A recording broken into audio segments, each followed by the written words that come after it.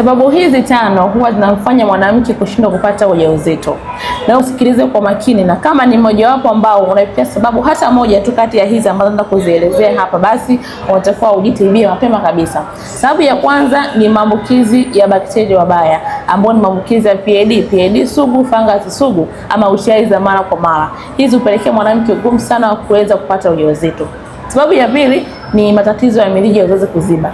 Mirija ikiziba ya uzazi inakuwa ni ngumu sana yai kuweza kukutana na ndugu za mwanamume, hivyo kupelekea mwanamke ugumu wa kuweza kupata ujauzito. Sababu ya tatu ni matatizo ya hormone imbalance. Mwanamke ukiwa na changamoto za hormone imbalance, ni ngumu sana mwanamke kuweza kushika mimba.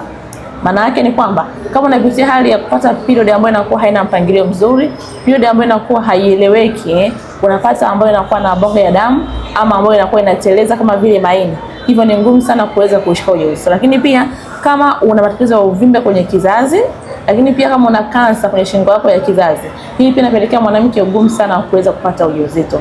Kama ni mwanamke anapitia changamoto hata mojawapo kati ya hizi, ni vizuri ukajitibia, sababu hizi ndio zinakupelekea wewe ugumu wa kuweza kupata ujauzito.